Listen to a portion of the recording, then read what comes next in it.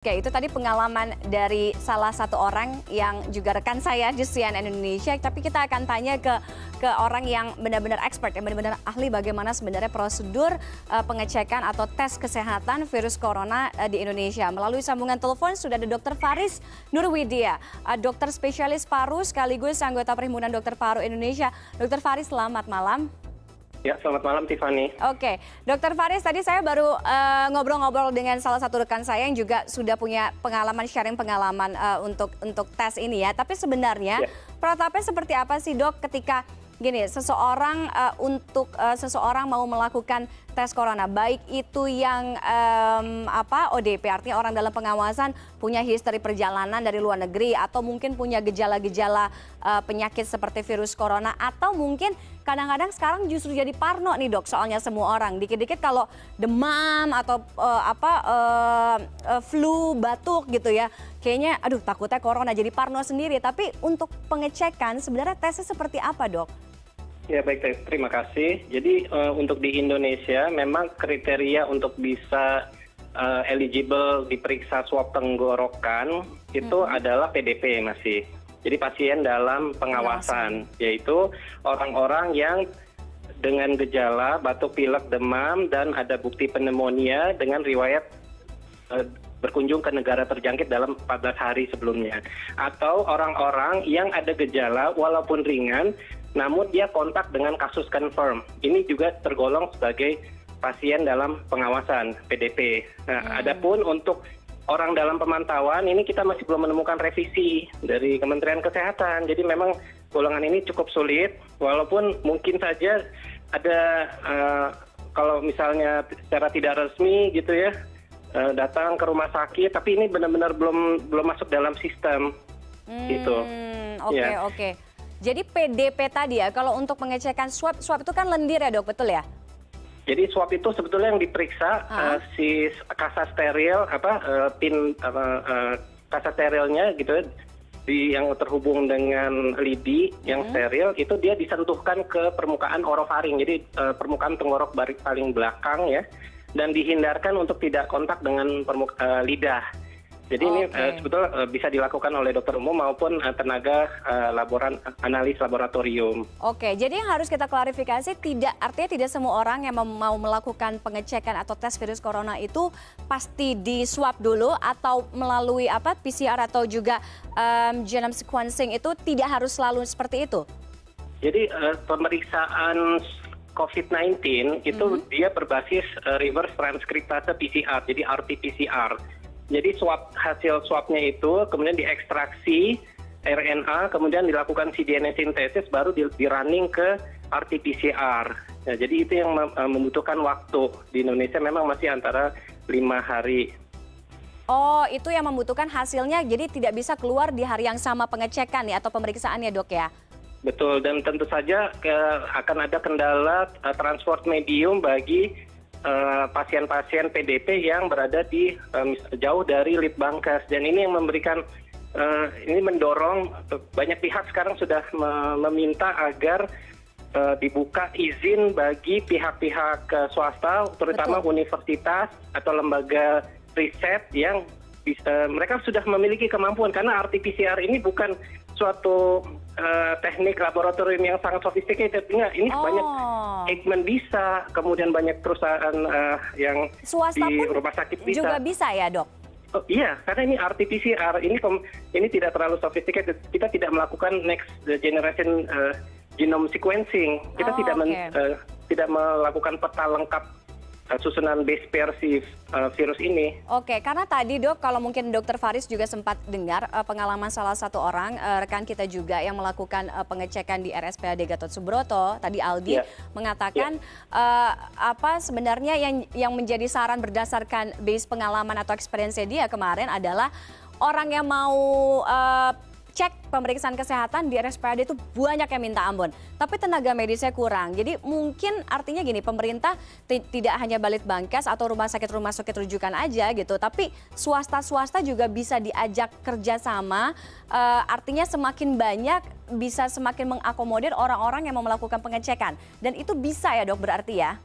Bisa. Dan kalau misalnya pemerintah mengklaim kendalanya adalah kendala biaya, maka boleh saja yang PDP tetap di-cover oleh pemerintah, tetapi kalau yang tidak memenuhi PDP, dia bukan ODP, dia hanya ingin assurance, itu misalnya mau dilempar biayanya ke masing-masing personal, individu, itu harus dipertimbangkan juga oleh pemerintah. Yang penting, deteksi adalah hak dasar warga negara, dengan atau tanpa gejala. Betul, betul, betul.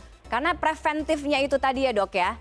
Iya, jadi langkah pertama, sebagaimana WHO sampaikan, dalam pengumumannya di tanggal 11 Maret waktu pandemi itu pertama justru yang disebut adalah detect. Dan detect itu, jadi detect itu ya tidak bisa harus dengan swab tenggorokan. Oke. Dok, bagaimana kalau begini? Artinya gini, tidak punya riwayat perjalanan atau misalnya tidak punya gejala, ya hanya memenuhi satu dari beberapa gejala virus corona atau COVID-19.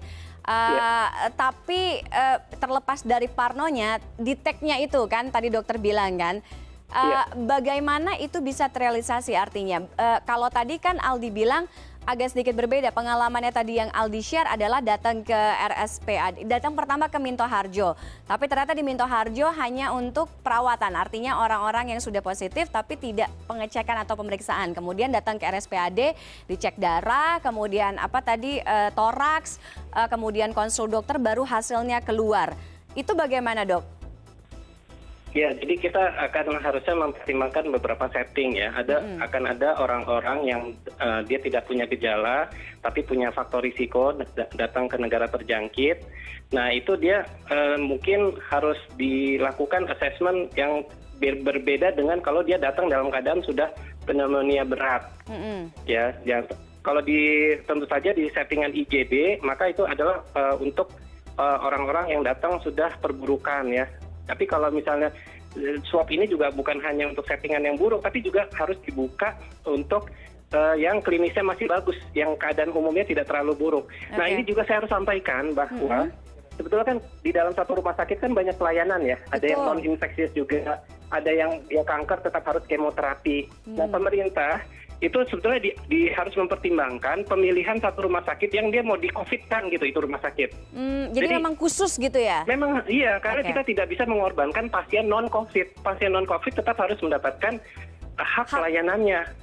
Yang pasien jantung, pasien diabetes itu kalau dia ketemu di satu rumah sakit, satu bangunan dengan orang-orang, potensi penyebarannya lebih tinggi lagi kan? Iya, jadi memang harus dipertimbangkan penambahan jumlah rumah sakit yang memang khusus untuk masa-masa pandemi sampai dia selesai pandeminya.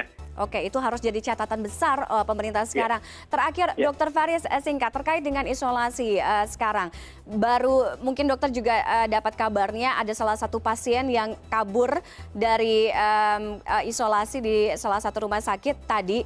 Jadi kita berbicara bagaimana dengan prosedur isolasi. Kita ngebayanginnya harusnya ini tidak menyeramkan. Artinya ini baik untuk kesembuhan si pasien. Tidak hanya untuk dirinya tapi juga untuk orang lain. Banyak orang di sana. Tapi sepertinya kok mengerikan sampai harus kabur. Ini kan bukan crime, bukan kriminal kan. Memang isolasi itu seperti apa sih dok? Baik, terima kasih. Jadi untuk pasien yang infeksius yang disebut dengan ruang rawat inap isolasi adalah ruang dengan negative pressure. Jadi dia tekanan dalam ruangannya harus lebih rendah ketimbang tekanan udara di luar ruangan. Kalau dia buka pintu, maka udara luar yang masuk ke dalam, tidak boleh udara luar bocor keluar. Nah, itu spesifikasi pertama. Spesifikasi kedua, itu tidak boleh ada leakage. Jadi benar-benar namanya juga isolasi, tidak boleh ada penetrasi udara yang tembus.